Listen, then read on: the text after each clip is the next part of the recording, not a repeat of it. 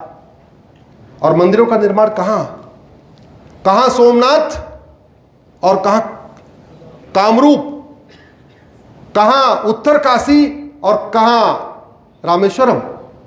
उत्तर से दक्षिण, पूरब से पश्चिम, हर स्थान पर मंदिरों का निर्माण, मंदिर के साथ गुरुकुल का निर्माण, मंदिर के साथ धर्मशाला का निर्माण, मंदिर के साथ कुएं का निर्माण, मंदिर के बगल में तालाब का निर्माण। मतलब आज की डेट में विकास होता है तो क्या होता है? हाईवे बनता है, एक्सप्रेसवे बनता है, एयरपोर्ट बनता है। आज का विकास ये है। उस जमाने में दुनिया में जो विकास माता अहिल्याबाई होलकर ने किया, बाकी देश 100 साल 150 साल के बाद वो काम किए। ये कड़वी सच्चाई है। दुनिया के बाकी देशों ने रानी अहिल्याबाई होलकर के जो डेवलपमेंट के काम थे उसको कॉपी किया और उसको आगे बढ़ाया। जब हम कहते हैं रानी अहिल्याबाई होलकर ने क्या क्या किया, मेरा मानना है कि रानी अहिल्याबाई होलकर जी के काम के ऊपर चर्चा करने के लिए कम से कम 4 दिन 4 सेशन लेना पड़ेगा, कम से कम। शॉर्टकट में बोलूं तो 4 घंटे चाहिए कम से कम, अगर हेडिंग पढ़ता जाऊं तो। इतना समय है नहीं। मैं तो शेड्यूल देख रहा था, शायद 30 मिनट बोलना है मुझे, 45 मिनट बोलना है, कुछ ऐसे बोलना है। अगर मैं उसको और क्रिस्प करूं तो मेरे साथ जोर से बोलिए, रानी अहिल्याबाई होलकर जी के कार्य को अगर हम 4 वाक्यों में कहने की कोशिश करें तो धर्म की, अधर्म का, प्राणियों में, विश्व का, उनका पूरा जीवन इन्हीं 4 कार्यों पे लग गया।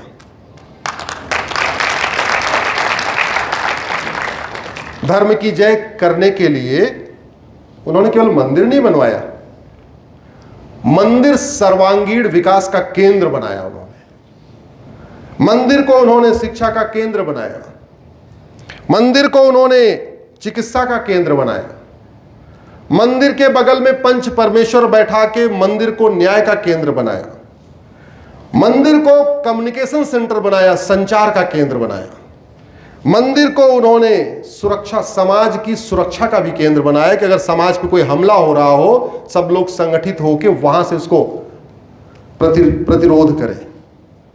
मंदिर को उन्होंने सामूहिक मिलन का केंद्र बनाया, गरीबों का भोजन वहां मिलता था, गरीब बेटियों की शादी विवाह होती थी, जैसे सामूहिक आजकल हम लोग विवाह देखते हैं, सरकारी योजनाओं के जरिए सामूहिक विवाह शुरू होता है। ये सारी चीजें रानी अहिल्याबाई होलकर ने किया। तो अगर वास्तव में हम रानी अहिल्याबाई होलकर जी को मानते हैं और उनको श्रद्धांजलि देना चाहते हैं तो कम से कम धर्म की जय करने वाला जो उनका मॉडल था, मंदिर मॉडल, वो अपना लेना चाहिए। आज तो उल्टा है, और उल्टा कैसे हो रहा है जरा इसको समझिए। 1857 में मंगल पांडे ने क्रांति किया, और मंगल पांडे की क्रांति 1 महीने के अंदर उस भारत में पूरे फैल गई। वो भारत कहां तक था? चटगांव, ढाका, लाहौर, मुल्तान, इधर कन्याकुमारी, वो भारत था ना पूरा पूरा। अंग्रेजों ने कमीशन बैठाया कि ये पता करो ये मंगल पांडे की क्रांति इतनी तेजी के साथ ये पूरे भारत में फैली कैसे? ये कौन लोग हैं जिन्होंने मंगल पांडे ने विद्रोह किया है इस बात को पूरे भारत में फैला दिया? 6 महीने तक इसके ऊपर जांच हुई।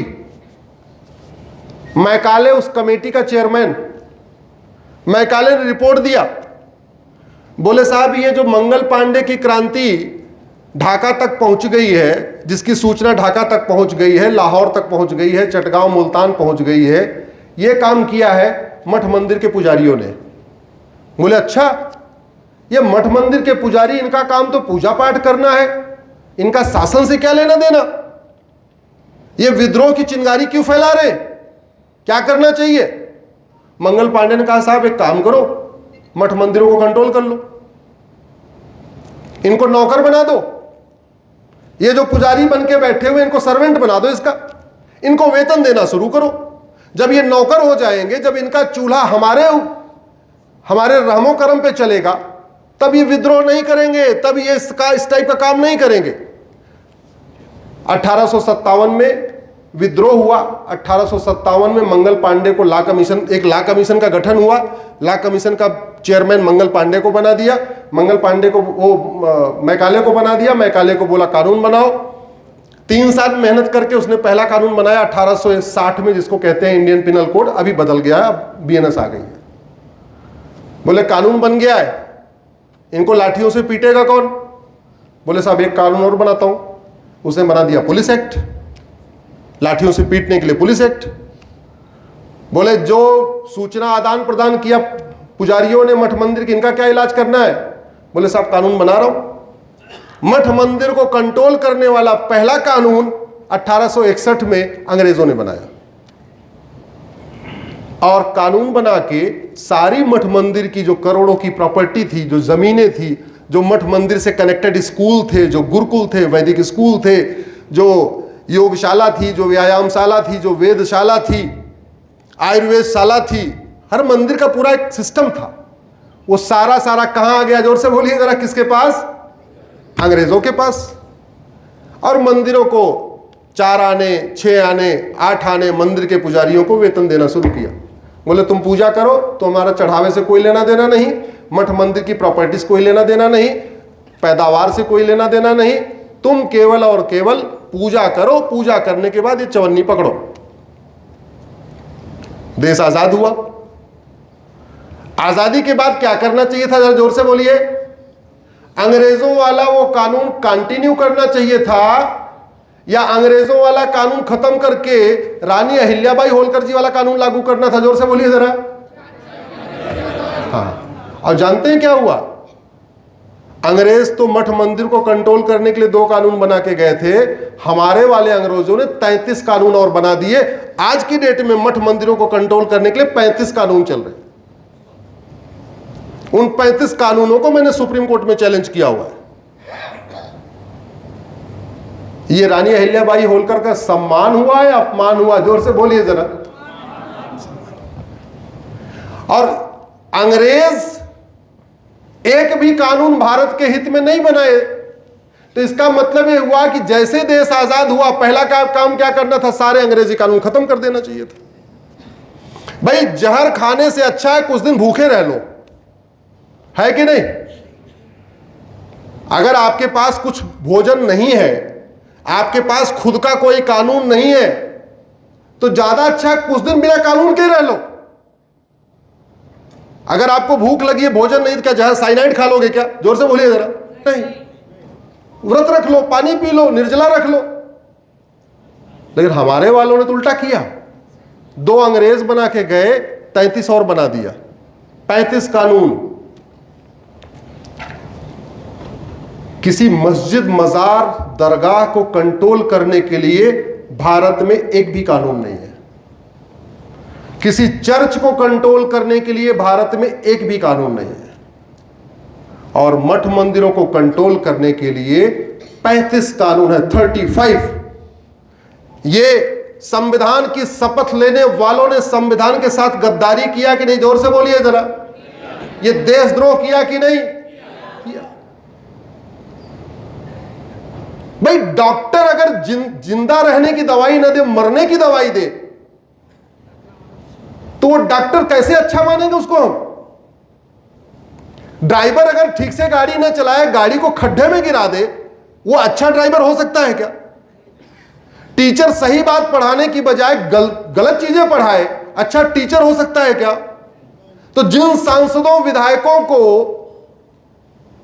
भारत की संस्कृति मजबूत करने के लिए कानून बनाना था, वो तो अंग्रेजों के बाप निकले।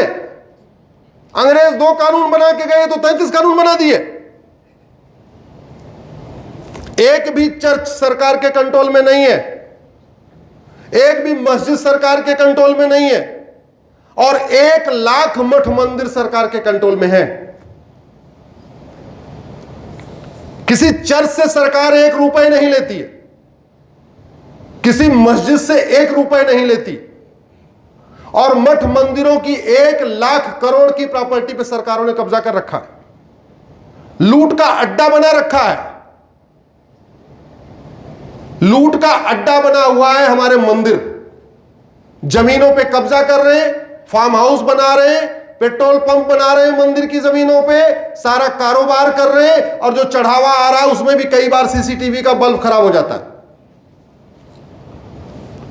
ये खेल चल रहा है, ये कैसे ठीक होगा? जोर से बोलिए जरा, कौन करेगा? कौन करेगा? कौन करेगा? कौन करेगा? बहुत बढ़िया, यही करना होगा, करना होगा, तब जाके व्यवस्था बदलेगी। मतलब सिद्धि विनायक मंदिर से 300 करोड़ रुपए सरकार लेती है, बगल में हाजी अली की दरगाह से 3 रुपए नहीं लेती है। वैष्णो देवी से 300 करोड़ लेती है, हजरत बल की दरगाह से 3 रुपए नहीं लेती है, आपके महाकाल से भी लेती है, और कहीं और से लेती है क्या? आपके मध्य प्रदेश में कोई मस्जिद है सरकार के कंट्रोल में? कोई चर्च है सरकार के कंट्रोल में? क्यों? अरे भगवान, जो हिंदू जा रहे हैं, जो वहां चढ़ावा दे रहे हैं, वो सरकारों को दे रहे हैं क्या? किस लिए दे रहे हैं? भगवान को चढ़ा रहे हैं। तो भगवान को अगर चढ़ा रहे हैं तो धर्म के लिए चढ़ा रहे हैं, तो धर्म के लिए चढ़ा रहे हैं तो उस चढ़ावे से धर्म की जय होनी चाहिए, उस चढ़ावे से धर्म के लिए यूनिवर्सिटी खुलनी चाहिए, हमारी योगशाला खुलनी चाहिए, हमारी वेदशाला खुलनी चाहिए, हमारी पाठशाला खुलनी चाहिए, हमारा बारात घर बनना चाहिए। सरकारें अगर मठ मंदिरों का पैसा लेना छोड़ दे 1 लाख करोड़, मैं गारंटी के साथ कहता हूं उस 1 लाख करोड़ के दम पे हम पूरे के पूरे भारत में घर वापसी करा सकते हैं।